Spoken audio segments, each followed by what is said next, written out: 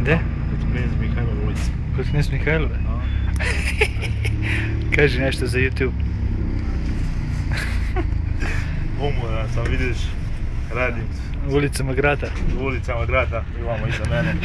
Vidiš, petljamo se, ne znamo di smo, a glad.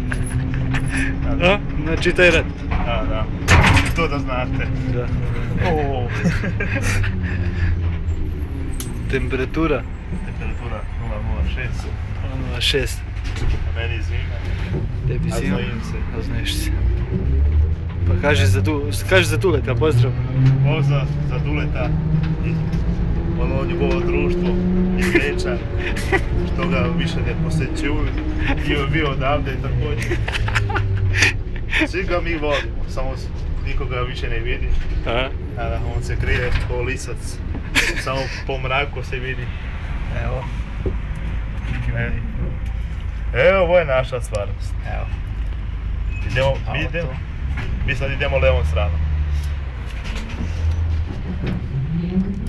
Dobro, čekaj, sad ćemo nastavak, slijedi. Ajmo sad malo ko Bruce Lee, kako puca? Kako Bruce Lee puca? A? To. Gledajte zgradu, da znate.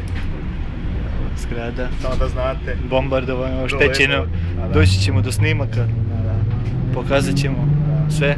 Sve je to bilo nekad, 99. Evo. Ne, lepo izdanje našeg grada.